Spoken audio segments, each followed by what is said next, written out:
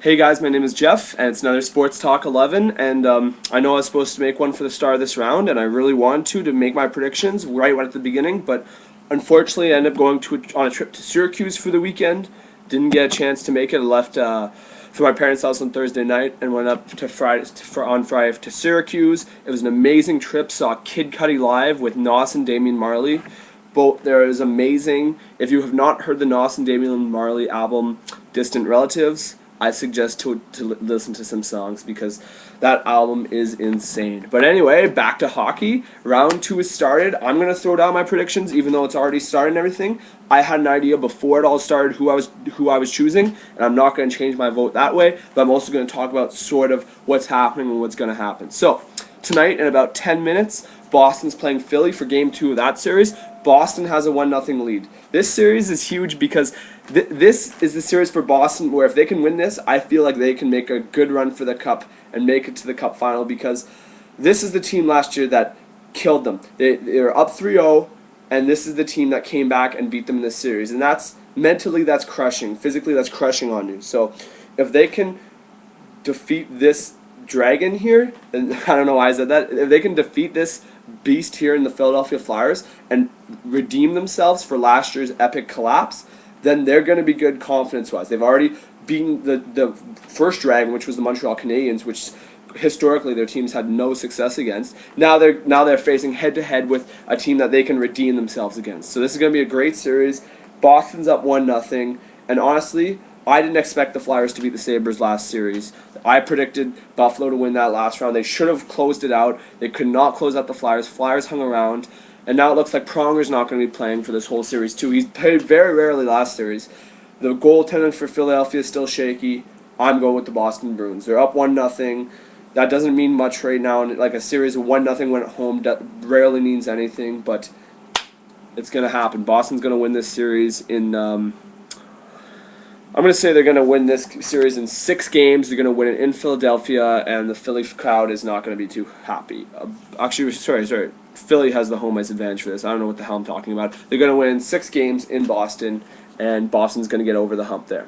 Next Eastern Conference matchup is Washington and Tampa. The beginning of the series, I'm picking Washington all the way. Tampa's trapping in their own zone. Washington's a pretty good offensive team, but that have learned to play defense. So I figured Washington would be able to break this trap, score important goals, then shut it down, and Tampa won't be able to come back. What's happened so far? The exact opposite. Tampa's been able to shut down Washington for the most part and been able to score, especially with some shaky goaltending on the Washington side. So Tampa has a 2-0 lead right now, going back in home for this series. Washington's in a really tough spot right now. I still think they can win this series, but they're going to have to step it up right now. Their big guns are going to have to step up. Ovechkin's played good. He got that clutch tying goal, but like Semin, Backstrom, all these guys, Green, they're going to have to step up and score and chip in. Knubel, Marcus Johansson, their whole team's going to have to chip in with offense because the way Tampa's playing, they're shutting this down. If they can get if Washington can get a good 4-line attack on them, that's the only way they can break this trap. They're going to have to do some dump and chase, some just basic hockey. If they make it too fancy, Tampa's just going to trap up the neutral zone and score on turnovers, which is what we've seen. And Rolson, we've seen him. He can steal series. So Washington's just going to not get frustrated, stick to their game plan, and keep attacking every line, dumping and chasing. And Washington still has a chance, but Tampa's looking really good right now. Beginning of the series, I would have said Washington in 6. I don't think that's happening anymore now that they're up 2-0. It's going to be a long series for Washington a short series, I guess, for Washington if they don't change themselves up. Next series, Detroit, San Jose. Wow. This is another and the last series was pretty epic because it's a huge division rivalry. And this series coming up, Detroit, San Jose, which is 2-0 San Jose right now, is pretty epic because if you can remember, they faced off against each other last year, and San Jose won, much to my surprise. And once again this year, I'm thinking Detroit. Wow, San Jose has home ice. Not very good at home ice usually in the playoffs. Detroit's just Detroit. They're all around great. They manhandled Phoenix in the first round, but Detroit's already found themselves down 2-0. But I still think Detroit's going to win this series. You're not in trouble in a playoff series in hockey until you lose a game on home ice. Once you've lost a game on home ice, then you're in trouble. Detroit, yes, they've lost 2, but one of them was in overtime, and they're both in San Jose. So Detroit can still come back. If they can just win the 2 at home, it's a best out of 3, and I'd take a clutch Detroit team over a San Jose team any day.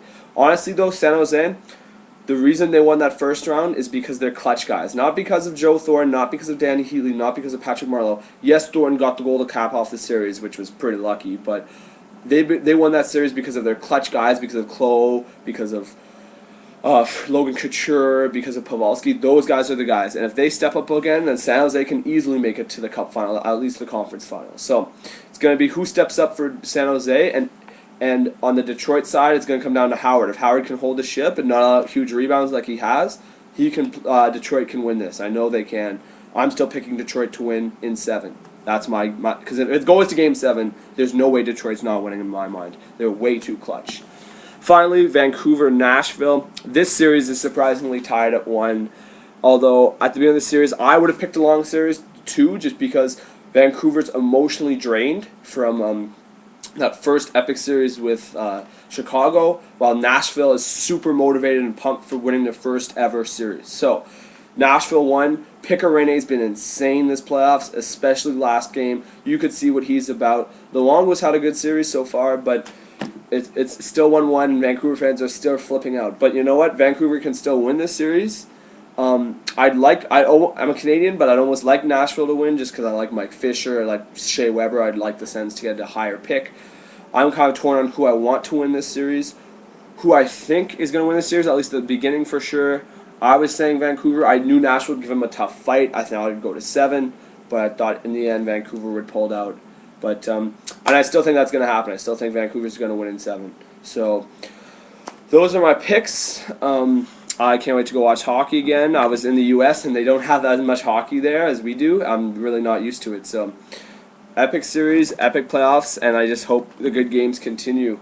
And yeah, I hope the Caps can come back in their series. So I'll make another video again during this round, and leave your comments on your picks for this round. If you disagree, agree with my picks, what you thought of my last round picks, leave a comment. I'd love to hear from you. I guarantee I'll respond to you if you leave a comment. So have a good one, guys.